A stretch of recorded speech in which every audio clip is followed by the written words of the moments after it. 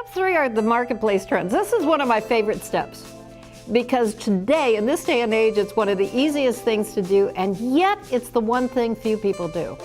Let me give you an example of it. When I started looking at the baby boomer population, I first looked at the demographics. How big a population is it? What's the problem? Then the economic downturn. What does that mean? Are we going to run out of money? What's happening? So I looked at all those trends, and then I got interested in the part that really developed this third step, which is to say, where's the market going? And frankly, the world's in play. Technology has impacted jobs like never before, and there's more to come. And so you can set up all sorts of alerts and ways to learn from the internet as to where the trends are going. I recommend spending 20 to 30 minutes a day looking at trends in the areas of interest to you. You don't have to necessarily define them quite yet in your process of reinventing yourself, but you do need to start understanding and learning from the future. It's kind of an interesting oddity, I think, today. We used to learn from the past and didn't want to repeat past mistakes. Today, your task is to learn from the future, and that's studying the trends of areas that interest you. When I was looking to change careers, I did some serious in-depth thinking about what has changed in the world since the last time I looked for a job. And one of the things I noticed is that the baby boomers are all reaching a certain age, and they are a force to be contended with, and many of them are going to have health challenges. So that said to me that the health industry was going to have to grow and change in order to address what they wanted. For other people looking for work, I would say take a look at that kind of idea. Because of the changes in the culture, where are the opportunities? What is it that can't be outsourced? And that usually means people-to-people contact. Then you've got the whole retirement industry of housing. And as people become older, they're going to want to move into senior housing. Well, who is making that housing happen? How is that being managed? Who's buying it? Who's building it? Who's running it? How is it being advertised? Those are industries that are going to have to grow, and they can't grow somewhere else. They have to grow right here.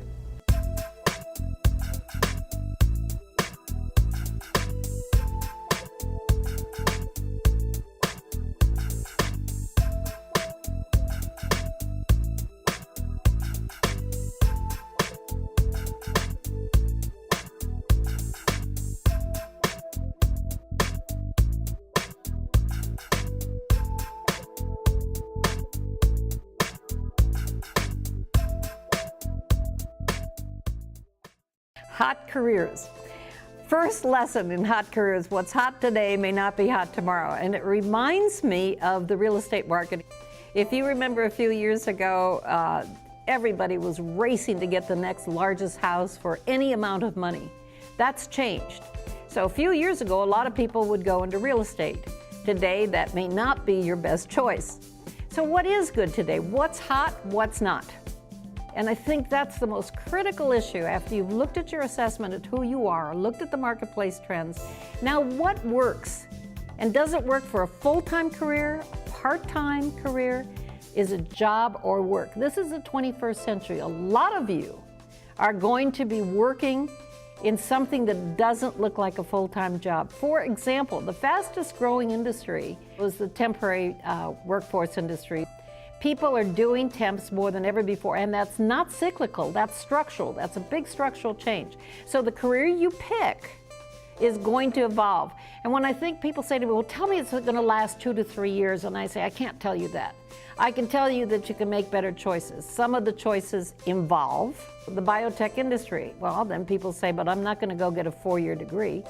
There are other things, the skills for the biotech industry, certifications, that are really important to you and that you can get in a matter of months.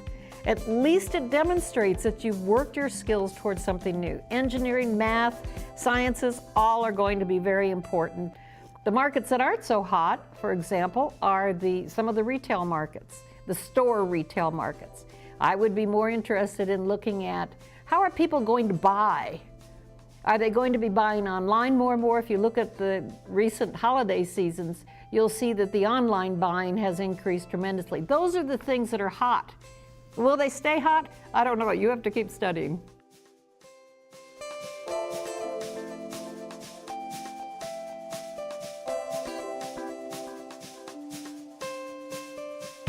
One of the other things that's important to me in looking at what I'm going to do next is not only how can I make a living, but how can I make a contribution that's meaningful in my own environment, in my own community. And I would have to say that that should be true for every one of us, especially as older workers, that we have a lot to offer and we need to take a look at our communities and what's important and available in our own communities where we can make a contribution by using our talents. In my community, tourism is big, so that's something that I can include in my thoughts about what kinds of things I could be doing and where I can bring my experience and my expertise. In your community, it might be different. It might be agriculture, it might be working with young people, it might be any number of things. Every community is different and offers its unique opportunity. And instead of moving away to find an opportunity, we can take a look at where we can make a contribution right now.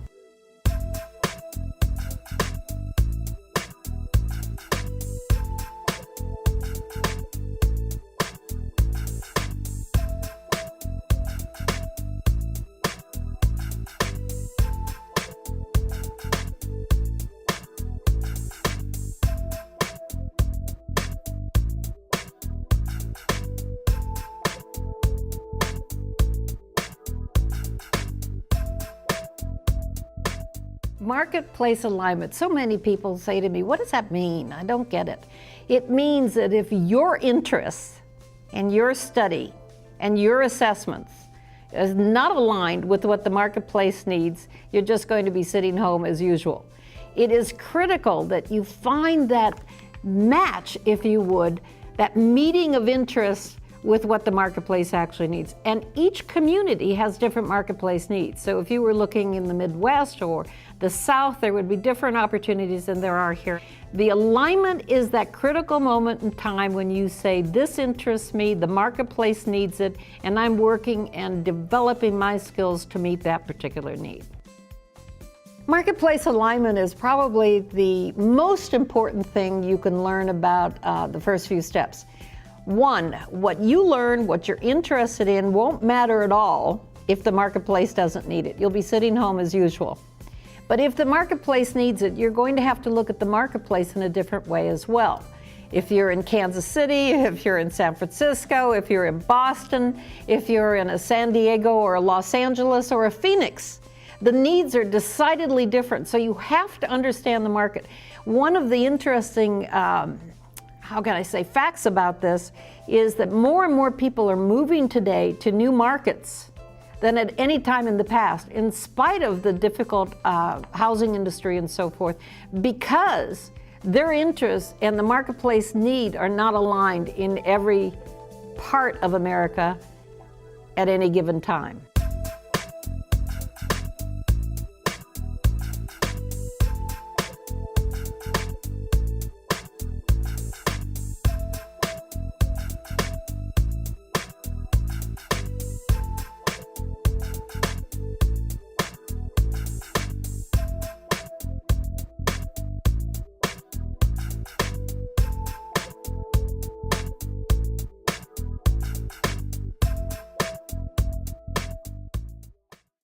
The next step I'd like to talk about are the challenges and barriers you're going to meet along the way. By the way, that reminds me, there are 8 steps described in our booklet. I really recommend you do them in order.